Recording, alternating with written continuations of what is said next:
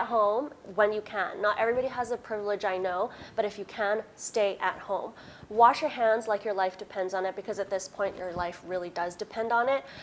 Don't touch your face. Don't go hang out with your friends. Don't nip outside for coffee and cake. Do not hang out with people from Tinder. Don't invite people over to your house for dinner or for anything. We don't see extended family. It's just the nuclear family in the house. We all know to wash our hands for the equivalent of 2 happy birthday songs. Here is my mask, and I use 1 per day. And I always throw it away at the end of the day, because I'm very lucky to have enough, and that keeps us safe, because you don't, if any virus gets on here and you save it for the next day, then you're kind of screwed. I think that's kind of what the things that I have been doing in public for myself. And of course, like, keep it all in kind of cotton, so that, because you know you're gonna touch it when it's dirty. You have to wash this too. Like, remember to wash everything that you contain, things that you bring outside with you in. Now, in terms of clothing, which, you know, also goes outside, I worked in fashion. I still work in fashion, so I kind of pay a lot of attention to it. I've rearranged my entire wardrobe to contain only items of clothing that can be machine washable at high temperature, or that can be thrown into a bleach or a color bleach solution. So, like, this is hand wash, but I wash it with bleach. Make sure, like, Dad's jacket is totally washable. Like his t-shirt, this sweater also, jeans also. I made the mistake, shoes also. Oh yeah, so in terms of shoes, like, you have to be able, okay, Dad, like, you have to make sure, there's water there. You have to make sure that your shoes can also be bunged into a kind of, like a washing machine setting. On high temperature with bleach also. But okay, so having said all of that, all these rules, I actually broke 2 of them myself. I accidentally, because I really wanted to wear white jeans one day. Yeah, for fashion. I like accidentally wore these white jeans, which are only dry clean, which was really dumb. Wrong. Dame. That means no in Japanese. But no, okay, this is bad. So what we do now, because I've already worn it outside, and I want to limit everything, all of my wardrobe, to like maybe 3 t-shirts, 3 trousers, 3 pairs of shoes, and 3 kind of jackets to be exposed in the great outdoors. What I do is I wear this, and when I go home, I spray it with antiseptic, and then I hang it outside. Never ever put this back in your closet with all your other clothes, because if you imagine coronavirus germs being on this, it will travel onto your other clothes, which is no good. And then when we go home, what's really important is to clean our shoes. So for example, these are just leather. See, leather. I can't put this in the wash, unlike Dad's, which can be put in the wash. So what I do is I spray the top with antiseptic. And also, it's really important, and most of us do this in Hong Kong, is we put bleach solution, we put rags and soak them in bleach solution, which is, in Chinese, it's yat bei gao sab gao. So 1 part bleach to 99 parts water. What really that means is like a cap full of bleach, and you put it, and you kind of dilute it with a basin of water. And then you soak it, you mix it up, you soak rags in it, you kind of wring it, but make sure that the solution is still in there. So it's not totally dry, it's a little bit damp, and lay it on top of your doormat. And then when you leave the house, but particularly when you enter the house, you want to wipe your feet on that bleach solution so that the bottoms of your shoes are disinfected before you step into the house. This is very important, because like the most important thing is you have to take off your shoes before you enter the house, because when you enter the house, you want to make sure that there are no germs. So the house is now going to become a shoe-free zone.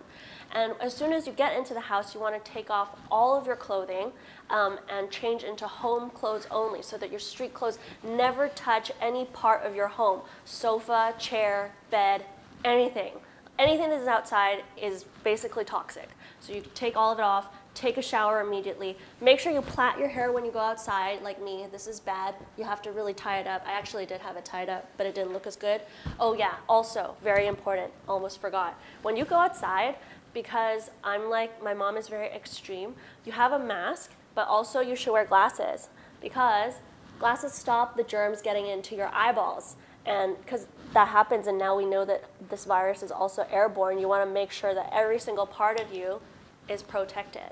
So the reason I'm being hyper vigilant and so intense about this entire process is because as young people, as millennials, as Gen Z, we are actually in much better shape fighting this virus than, say, the elderly, children, or people who are who have weak immune systems, like those with diabetes or long-term illnesses.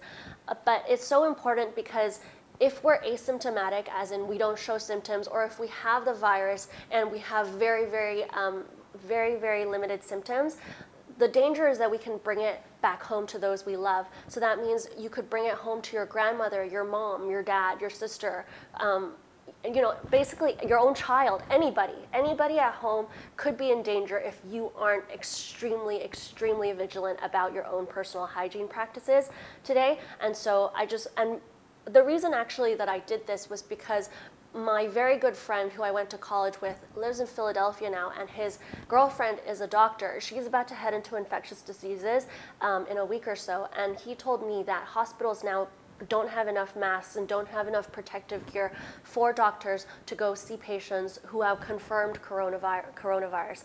So given that I had this information and the chances if you go in without a mask of catching the disease is so high, I wanted to protect my friends and protect those I love by giving them this sort of outline as to how best to protect yourself when everything is raging around you and you don't have that much information, and we don't have enough information.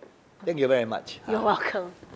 好啦，咁啊各位會好奇怪啦，點解突然之間健康蛋轉咗 channel 全英文對白咧？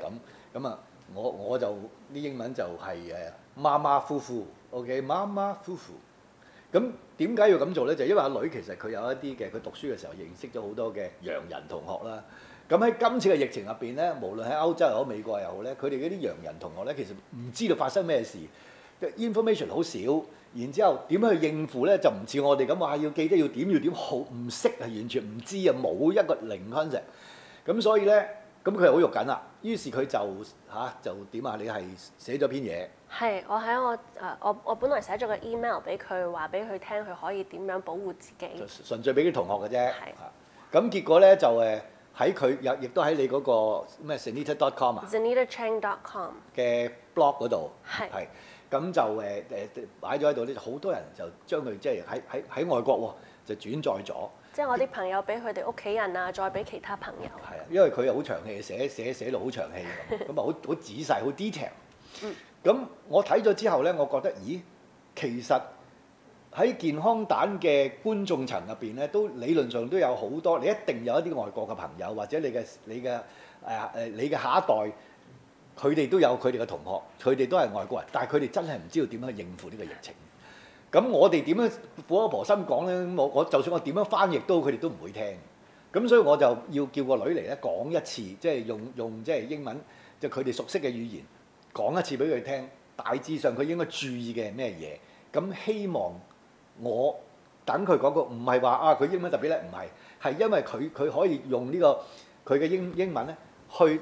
幫你哋如果睇咗呢段嘢之後覺得有用嘅話，幫手傳過去俾你叫啲仔女啊，傳過去俾外國嘅朋友，佢哋可能真係唔識中文啊，我都唔知邊個鄭丹瑞唔仔啊，唔緊要，但係你聽一聽呢一段，即係我哋喺呢度就係咁樣去面對疫情，去 tackle 佢，去應付佢。